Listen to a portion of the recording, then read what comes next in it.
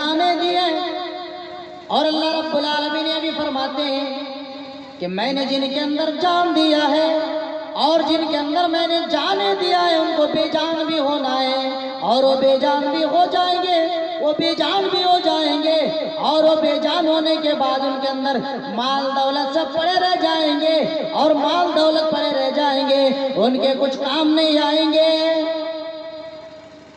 اب جب اگر کام لانا ہے میرے بھائی، آپ چاہتے ہیں کہ ہمیں مرنے کے بعد بھی کچھ مال و دولت کام لانا ہے، تو آپ کیا کریں؟ مرنے سے پہلے جس طریقے سے آج اس پروگرام کو تعمیر مسجد کے نام سے رکھا گیا ہے کہ مسجد تعمیر کرنے کے لیے، اسی طریقے سے آپ مرنے سے پہلے جیسے مسجد کے جلسہ ہوئے ہیں، کہیں مدرسے کا جلسہ ہے، آپ اس میں اگر تعاون کر رہے ہیں، اگر آپ اسے تعاون دے رہے ہیں، تو آپ کے مال و دولت یہ ساتھ میں جائے گا، یہ آپ کا کام آئیں گے۔ اگر جب آپ کچھ دان و خیرات نہیں کریں گے تو آپ کے ساتھ آپ کے مال دولت نہیں جائیں گے، دھرے کے دھرے رہ جائیں گے۔ آپ یہ سوچیں گے اور یہ آپ سمجھتے رہ جائیں گے میرے مرنے کے بعد میرے بیٹے میرے پوتے، اور میں نے جو اپنے بیٹیوں کو بھی زمین کا حصہ دیا ہے اور میرے بیٹا کو بھی جو زمین کا حصہ دیا ہے، دولت دیا ہے، اس میں سے میرے لیے دان و خیرات کریں گے۔ اے میرے بھائیوں، آپ سمجھئے، ذرا سوچنے کی بات ہے کہ آپ جب انتقال ہو جاتے ہیں، لوگوں کے بھروسے پر چھوڑ دیے جاتے ہیں، کیا خبر ہے کہ آپ کے لیے دان کریں گے یا نہیں کریں گے؟ آپ اپنے مالک کے خود اپنے ہاتھوں سے کر کے جائیے، تاکہ آپ کو مرنے کے بعد سہولت و آسانی ہو۔ آپ خود کر کے جائیے تاکہ آپ کو اپنے ہاتھوں سے کرنے والے کوئی بھی چیز جو ہے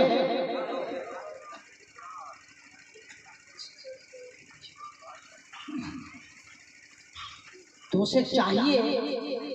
کہ مرنے سے پہلے ہم کچھ کر کے جائیں، تاکہ ہمارے مرنے کے بعد اللہ رب العالمین قبر کے عذاب سے بچائے جائے۔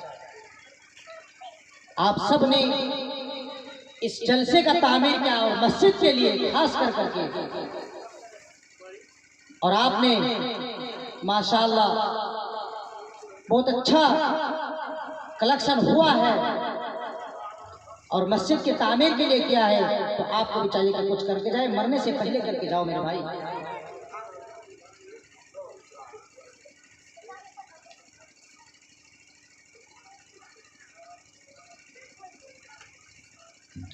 تو آپ کو چاہیے کہ آپ مرنے سے پہلے کچھ ایسا کام کر کے جائیے تاکہ آپ کو قبر کے عذاب سے بچ جائے، آپ بچے، کیونکہ آپ کو بچنا ہی ہے۔ آپ جب اپنے اہل عیال کے بھروسے پر چھوڑ کے جاؤ گے، کیا خبر میرے بھائی۔ اور یہ بھی ایک بات سنو کہ جن کے گھروں کے اندر بوڑھے ماں رہتے ہیں، بوڑھے باپ رہتے ہیں، اور وہ خطلے کے اندر جب بستر کے اندر آ جاتے ہیں، وہ چیختے رہتے ہیں، چلاتے رہتے ہیں کہ فلانے جگہ کے اندر جلسے ہو رہے ہیں،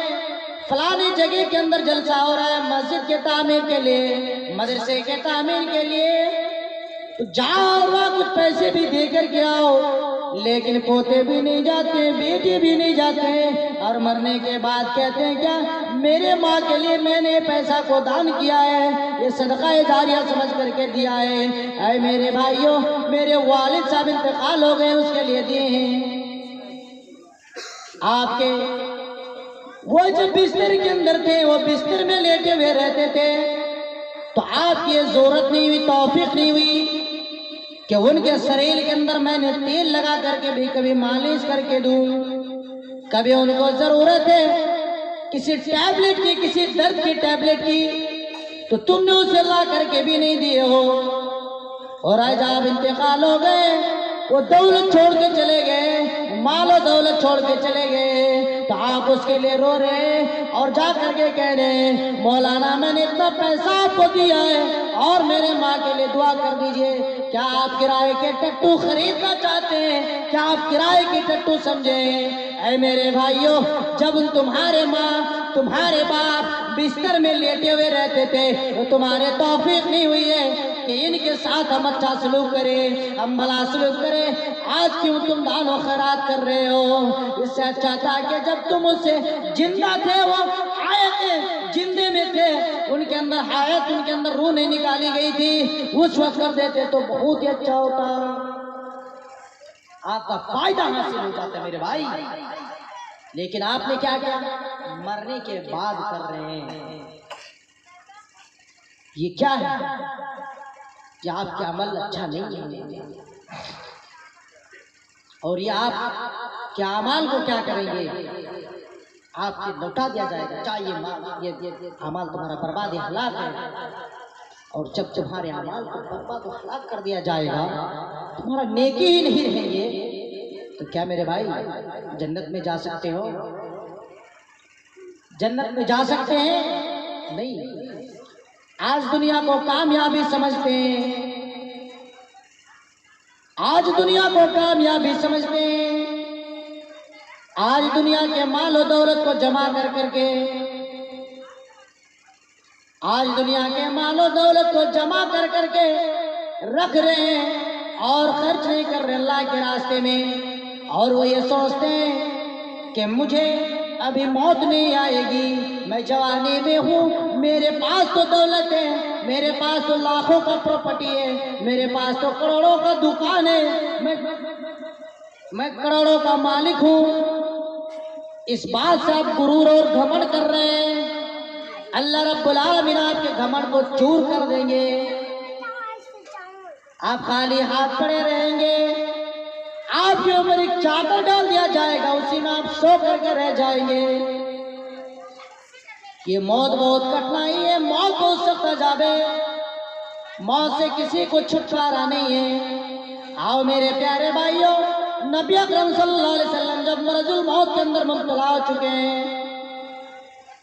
نبی اکرم صلی اللہ علیہ وسلم مرض الموت کے اندر مبتلا ہے، اور وہ پیالے میں پانی رکھے ہوئے، اور وہ پیالے میں ہاتھ ڈالتے ہیں اور اپنے منہ میں پھر لیتے ہیں تاکہ ہونٹ بھی سوکھ رہے ہیں، ہونٹ سوکھ جاتے ہیں تو اسی کی وجہ سے وہ ہونٹ بھیگ جائے اور اچھا لگے۔ دیکھیے موت کے وقت انسان کو کتنا پریشانی ہے کہ وہ اللہ کے نبی ہیں، رحمت للعالمین ہے، نبیوں کا نبی ہے، لیکن پھر بھی موت کے وقت کٹھنائی دیکھیے، حدیث کے الفاظ کو سنیے، آپ کے روح کانپ جائیں گے کہ ہمارے اندر کیا ہو سکتا ہے، ہمارے موت کا کیا ہو سکتا ہے۔ اللہ کے رسول صلی اللہ علیہ وسلم مرض الموت کے اندر مبتلا ہو چکے ہیں اور دیکھ رہے ہیں، اور وہاں اللہ کے رسول صلی اللہ علیہ وسلم کے بیوی بھی موجود ہے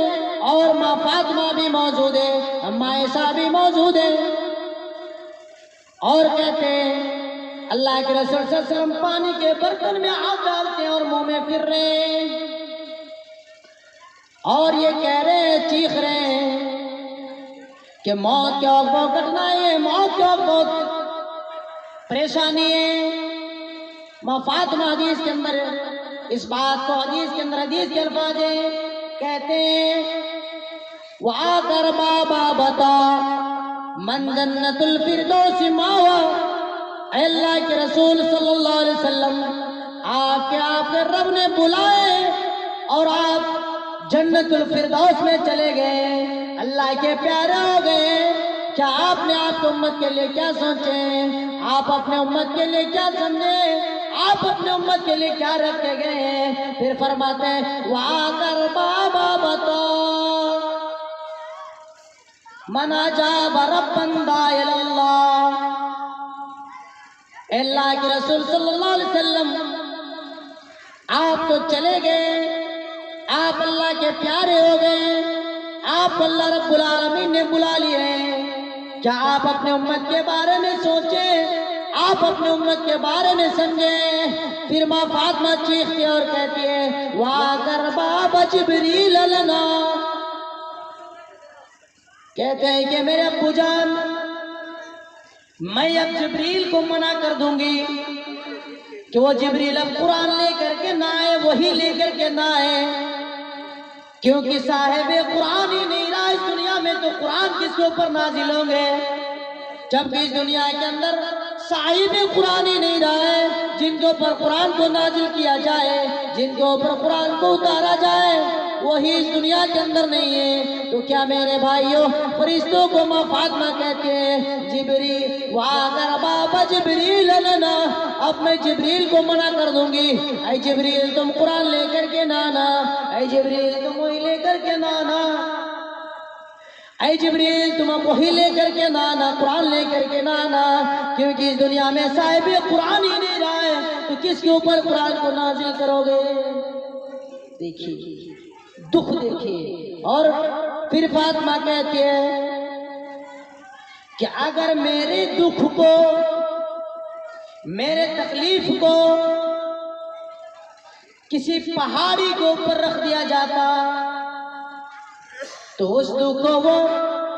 پہاڑ بھی برداشت نہیں کر سکتے تھے، ریزہ ریزہ ہو جاتے، پھٹ جاتے، چور چور ہو جاتے۔ بتاؤ میرے بھائیوں کتنی تکلیفیں ماں فاطمہ کے دل میں گزر رہی ہے کہ کہہ رہے ہیں کہ میری تکلیف کو اگر کسی پہاڑ کے اوپر بھی رکھ دیا جائے، اگر ان تکلیف کو، ان پریشانی کو پہاڑ کے اوپر بھی رکھ دیا جائے تو پہاڑ بھی برداشت نہیں کر سکتے۔ ہم اور آپ نے موت کے لیے کیا تیاری کیے ہیں؟ ہم اور آپ کبھی موت کا یاد ہی نہیں کیے، ہم اور آپ کبھی موت کو یاد کر کے بھی نہیں دیکھا۔ آپ کبھی بستر میں سونے کے بعد ذہن کے اندر، دل کے اندر اس بات کو سوچئے کہ ہمیں بھی اس دنیا سے جانا ہے، ہمیں بھی اس دنیا سے جانا ہے، ہمیں بھی اس دنیا سے مرنا ہے اور ہمیں بھی موت آ جائے گی، لیکن ہم نے کون سی تیاریاں کر رکھی ہے؟ ہم نے کون سا تیاری کیا ہے کہ اللہ کو جا کر کے میں کون سا عمل دکھاؤں گا؟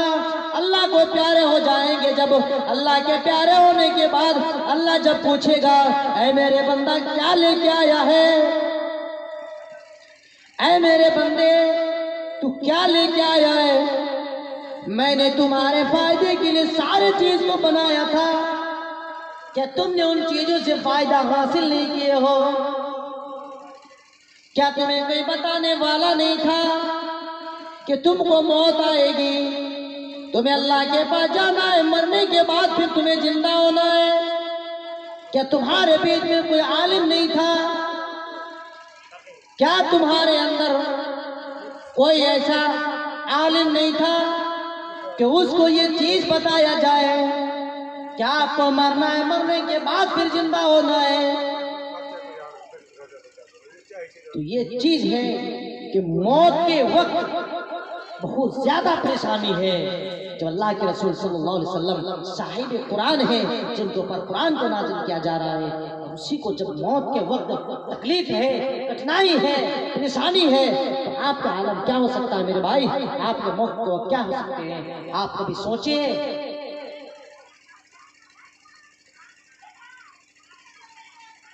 آپ کبھی سوچئے کہ آپ ہمیں مرنا ہے اور ہمیں اللہ کے پیارے ہونا ہے، چاہے کسی طریقے سے ہو، ہمیں خوشی سے ہو یا ناراضگی ہو، یہ اللہ نہیں دیکھتے میرے بھائی، یہ اللہ نہیں دیکھتے کہ آپ کس حال میں ہیں، کہاں ہیں، کس سرزمین پر ہیں اور آپ کس حالت میں ہیں، آپ نہیں جانتے ہیں۔ بہت سارے عالم ہیں کیونکہ نماز پڑھاتے پڑھاتے اللہ رب العالمین کے پیارے ہو گئے ہیں، نماز پڑھا رہے ہیں، سورہ فاتحہ بھی مکمل نہیں ہے، سورہ فاتحہ منہ پر رہ گئے ہیں، آدھا ہوا ہے آدھا مکمل بھی نہیں ہوا ہے، اللہ کے پیارے ہو گئے ہیں۔ میرے نوجوان ساتھیوں، آپ کو مرنا ہے، آپ موت کی تیاری کیجئے، اور جب موت کی تیاری کیسے ہوگی میرے بھائی یہ بھی میں بتاؤں، جب آپ موت کو یاد کریں گے، جب آپ کسی کی جنازے میں جا رہے ہیں اور جنازے کی نماز جب پڑھ رہے ہیں، اس وقت آپ سوچئے کہ ہمارا بھی کوئی جنازے کی نماز پڑھائیں گے میرے بھائی، آپ کو سوچنے کی ضرورت ہے، اور سوچئے کہ جب ہمارے اندر ابھی طاقت ہے، ضرورت ہے، اور جب ہمارے روح کو نکال لیا جائیں گے، اور روح نکالنے کے بعد یہ آپ دیکھتے رہ جائیں گے کہ ہمارے روح کو جہنم کے فرشتوں کو دیا جاتا ہے یا جنت کے فرشتوں کو دیا جاتا ہے۔ آپ اسی وقت اندازہ لگا لیں گے کہ میں جہنمی ہوں یا جنتی ہوں، کیونکہ اللہ رب العالمین قرآن کریم کے اندر ارشاد فرماتے ہیں کہ جب انسان کے روح کو نکال لیتے ہیں، ملک الموت نکالنے کے بعد فرشتوں کو روح کو دی جاتی ہے، فرشتوں کو روح کو دے دیتے ہیں، لیکن آپ اس وقت دیکھ سکتے ہیں، اپنے آنکھ کھلے ہوئے رہتے ہیں، اور آپ اپنے آنکھوں سے دیکھ سکتے ہیں کہ وہ روح کو ہمارے کس کو دے رہے ہیں؟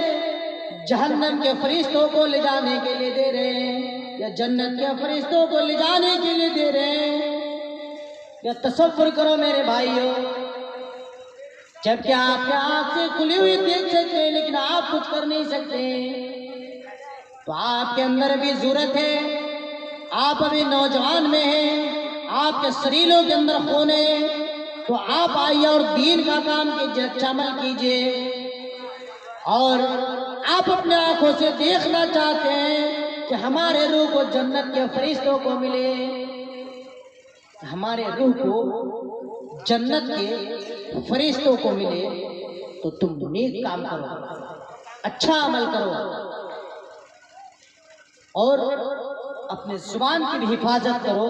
تاکہ تم اچھا عمل کر سکو۔ تو میرے بھائی، آپ سب ایک جگہ میں بیٹھ جائے شاید اچھا ہوگا، ادھر ادھر نہ رہتے ہوئے ایک ہی جگہ میں آئیے تو اچھا ہوگا، اور مجھے بھی بولنے میں اچھا لگے گا۔ تو میرے بھائی،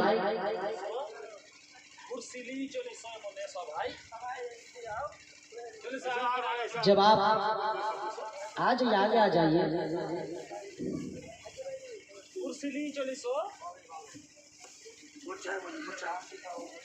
اور میں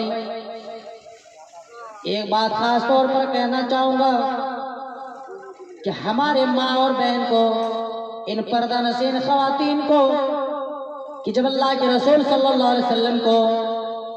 معراج لے جایا گیا ہے، جب اللہ کے رسول صلی اللہ علیہ وسلم معراج کرنے کے لیے جا رہے ہیں، اور اس وقت اللہ کے رسول صلی اللہ علیہ وسلم دیکھتے ہیں کہ عورت زیادہ جہنم میں، اور اسی بات کو آ کر کے اللہ کے رسول صلی اللہ علیہ وسلم نے بتاتے ہیں کہ اے عورتوں، اے خاتون، میں نے سب سے زیادہ جہنم میں، میں نے سب سے زیادہ جہنم کے اندر عورتوں کو دیکھا ہوں، عورتوں کو میں نے سب سے زیادہ جہنم کے اندر دیکھا ہوں، اور اس وقت اللہ کے رسول صلی اللہ علیہ وسلم جو اس بات کو بیان کر رہے ہیں، دیکھیں میرے پیارے بھائیوں اور میرے پیارے بہنوں اور اس گاؤں کے عورتوں، سنو اس بات پر ذرا غور کرنا کہ جب اللہ کے رسول صلی اللہ علیہ وسلم اس بات کو کہہ رہے ہیں، اعلان کر رہے ہیں کہ میں نے سب سے زیادہ عورتوں کو جہنم کے اندر دیکھا ہوں، اور وہ جہنم کے اندر دیکھنے کے بعد اعلان کر رہا ہے، تو یہ خاتون آ جاتی اللہ کے رسول صلی اللہ علیہ وسلم کے پاس اور پوچھتے ہیں، اے اللہ کے رسول، آپ ذرا بتائیں گے کہ جہنم کے اندر عورت کیوں سب سے زیادہ ہے، کیوں سب سے زیادہ عورت جہنم کے اندر ہے؟ اللہ کے رسول صلی اللہ علیہ وسلم فرماتے ہیں، اے خاتون، تم سب سے زیادہ نافرمانی کرتے ہو، اپنے شوہر کی نافرمانی بھی کرتے ہو، اور سارے ایسے کام ہیں، بہت سارے کام ہیں جو اپنے آپ کو وہ نافرمانی میں شامل کر دیتے ہو، تم ان باتوں کو ماننے کے لیے تیار نہیں ہو، اسی لیے کہتے ہیں خاتون تم سب سے زیادہ صدقہ کرو، اے خاتون تم سب سے زیادہ دان و خیرات کرو، ہو سکے اللہ تمہیں ان دان و خیرات کی وجہ سے جہنم کے آگ سے بچا لے۔ تو ہمارے مائیں بہنیں سنیں کہ اللہ کے رسول صلی اللہ علیہ وسلم کہتے ہیں، اور لوگ بھی سوال بھی کر رہے ہیں، آج ہمارے اندر یہ ضرورت نہیں ہے کہ ہمیں جب قرآن و حدیث کی سنت کی باتیں بتائے تو ہم بھی اس سے سوال کرے جا کر کے کہ کیوں اور کس وجہ سے اس طریقے سے معاملہ سامنے آ جاتے ہیں۔ لاکھوں کروڑوں جلسے میں جا رہے ہیں، سن رہے ہیں، لیکن کسی کی ہمت نہیں ہے۔ جب حضرت ہمارے فاروق کے زمانے میں لوگوں کو جمع کرے ہوئے ہیں، لوگ اکٹھا ہوئے ہیں، لوگ جماعت کے ساتھ بیٹھے ہوئے ہیں، اور اس وقت ہمت دیکھیے، ضرورت کو دیکھیے کہ حضرت عمر فاروق کہتے ہیں کہ اے نوجوانوں کے جماعت، اے لوگوں، اگر میں تمہیں اللہ اور اس کے رسول کے دائرے سے ہٹ کر کے کچھ بات کرنے کے لیے کہوں، اگر اللہ اور اس کے رسول کی طرف سے اور اللہ اور اس کے رسول کے دائرے سے ہٹ کر کے کچھ کام کرنے کے لیے کہوں تو تم کیا کرو گے؟ جب یہ بات کہتے پہلا مرتبہ سارے نوجوان ہیں اور اس نوجوان کی جماعت چپ رہ جاتے ہیں، خاموش رہ جاتے ہیں، کچھ نہیں بولتے ہیں، اور پھر دوسری بات کسی بات کو ریپیٹ کر رہے ہیں کہ اے نوجوانوں کے جماعت، تم کیوں نہیں بولتے ہو؟ کیوں نہیں بولتے ہو؟ کیوں چپ ہو؟ کیوں خاموش ہو؟ اگر اللہ اور اس کے رسول کی دائرے سے ہٹ کر کے کوئی بات کرنے کے لیے کہوں تو تم کیا کرو گے؟ خاموش رہتے ہیں لوگ، کچھ نہیں بولتے، ڈر ہے، امیر المؤمنین ہیں، اس وقت کے وہ بادشاہ ہیں، لیڈر ہیں، اب اس کے سامنے بولنا تو بھائی ظاہر سی بات ہے، ڈر تو لگے گی، وہ ڈر رہے ہیں، کچھ نہیں کہہ رہے ہیں۔ جب تیسری بار اس بات کو ریپیٹ کر رہے ہیں، دوہرا رہے ہیں، اے نوجوانوں کے جماعت، تم کیوں نہیں بول رہے ہو؟ خاموش کیوں ہو؟ تم بولو۔ ایک نوجوان کھڑے ہو جاتے ہیں، اور نوجوان کھڑے ہونے کے بعد فوراً فرماتے ہیں، اے عمر فاروق، اگر آپ اے سردار، اے امیر المومنین، اگر اللہ اور اس کے رسول کے دائرے سے ہٹ کر کے کچھ بات کہیں گے تو ہم لوگ ماننے کی بات تو دور کی بات ہے، آپ کے تلوار چھین کر کے آپ کی گردن کو اڑا دیں گے، کیا آپ کی تلوار کو چھین کر کے آپ کی گردن پر چلا دیں گے، آپ کے گردن اڑا دیں گے؟ تو سوچنے والی بات ہے میری بھائی۔ بتاؤ میرے پیارے ساتھیوں، ان نوجوانوں کے اندر دین کے جوش کتنے ہیں، ان کے اندر ضرورت دیکھیے، ان کے اندر ہمت تو دیکھیے کہ امیر المومنین ہے، وہ پردھان منتری ہے، وہ پی ایم ہے، وہ دیش کے پردھان منتری ہے، اس وقت کے وہ امیر ہے، اور اس کے سامنے جب اس طریقے کی بات کیا جا رہا ہے تو اس طرح سے جواب دے رہے ہیں کہ اے امیر المومنین، آپ کے تلوار کو چھین کر کے آپ کی گردن اڑا دیں گے۔ آج اگر ہمارے نوجوان کے سامنے کچھ باتیں کہہ دیا جائے اور وہ بات کہہ دینے کے بعد اگر اسے کہا جائے کہ تمہیں اللہ اور اس کے رسول کی دائرے سے کچھ کرنا ہے، ہٹ کر کے اس بات کو ماننا ہے، تو فوراً راضی ہو جاتے ہیں۔ کیسا ایمان ہے یار؟ آپ کے اندر ایمان نہیں ہے، کیونکہ آپ کے اندر اگر ایمان ہوتے، اگر آپ کے اندر جرأت ہے، آپ کے اندر ہمت ہے، تو آپ اس طریقے سے جواب دیجئے کہ اگر آپ ہمارے دین سے ہٹ کر کے کچھ بات کریں گے اور ہمیں کرنے کے لیے کہیں گے، میں ہرگز نہیں کروں گا، اور یہ چیز اسے جواب دینا۔ آج ہمارے اندر ہمت نہیں ہے، کیونکہ ہمارے اندر ایمان کی کمزوری ہے، ہم بے بس ہو چکے ہیں، ہم مجبور ہو چکے ہیں، ایمان نہیں ہے۔ تو ایمان کو تازہ کرنے کے لیے کون سا عمل کرنا چاہیے؟ ایمان کو کس طریقے سے تازہ کرو گے؟ کیا میرے بھائیوں، آج فیس بک اور انٹرنیٹ کے زمانہ ہے، آپ اپنے دل کو گانا اور طرح طرح کی ویڈیوز کو دیکھتے اور دل کو سکون حاصل کراتے۔ اللہ کے رسول صلی اللہ علیہ وسلم فرماتے ہیں، جنہوں نے اپنے کانوں میں گانا کو سنا، بجنے کو سنا، ڈھولک کو سنا، اور سننے کے بعد اپنے دل کو مطمئن کیا ہے، دل کو سکون حاصل کیا ہے، اللہ کی قسم ان کے دل اندر سے مردہ ہو چکا ہے، وہ مر چکا ہے، وہ مر چکا ہے، وہ مردہ ہو چکا ہے میرے بھائی، ان کے دل زندہ نہیں ہے، ان کے اندر ایمان نہیں ہے۔ آج ہمارے نوجوانوں، تمہیں کوئی خوف نہیں ہے، رات 2 بجے 2:30 بجے 12 بجے تک کہ تم نے یوٹیوب کے اندر فیس بک میں لگے رہتے ہو، کیا تمہیں خوف نہیں ہے؟ اور وہ اندھیرے کی گناہ کو تو بہت کیا سمجھتے ہو میرے بھائی؟ چھوٹا گناہ نہیں ہے، جو تنہائی کی گناہ ہے یہ بہت بڑا گناہ ہے، یہ بہت بڑا گناہ ہے۔ آپ جو تنہائی میں اور اکیلا پن میں جو گناہ کر رہے ہیں، یہ گناہ آپ کے لیے کوئی چھوٹی گناہ نہیں ہے میرے بھائی، بہت بڑا گناہ ہے، اور ان گناہ سے بچے۔ ہمارے نوجوان نسل آج رات 2 بجے 2:30 بجے تک کے موبائل چلاتے ہیں، فیس بک کے اندر آن لائن رہتے ہیں۔ اگر اسی ٹائم میں کسی عالم کی تقریر کو سنے ہوتے اور کسی قرآن کی آیت کو سنے ہوتے، شاید کہ ان کے دل کے اندر رحم پیدا ہو جاتا، ایمان تازہ ہو جاتا، لیکن انہوں نے برہنہ تصویروں کو دیکھا ہے، لیکن انہوں نے برہنہ تصویر کو دیکھ رہا ہے اور طرح طرح کی ویڈیو آ رہے ہیں، اسی ویڈیو کو دیکھ رہے ہیں اور اپنے رات کو گزار رہے ہیں۔ اے نوجوانوں کے جماعت، اے لوگوں، اے نوجوانوں سنو، یا میری کی گناہ اللہ رب العالمین تمہیں معاف نہیں کریں گے، اور اللہ رب العالمین فرماتے ہیں کہ بندہ جس حال میں مرے گا، بندے کے جس حال میں موت آ جائے گی، قیامت کے دن اسے اسی حالات میں اٹھایا جائے گا۔ اگر آپ کوئی خراب ویڈیو دیکھتے ہوئے اگر آپ کے موت آ گئی، انتقال ہو گئے ہیں، تو آپ کو اسی حالت میں اٹھا لیا جائے گا میرے بھائی۔ آپ ہو سکے کسی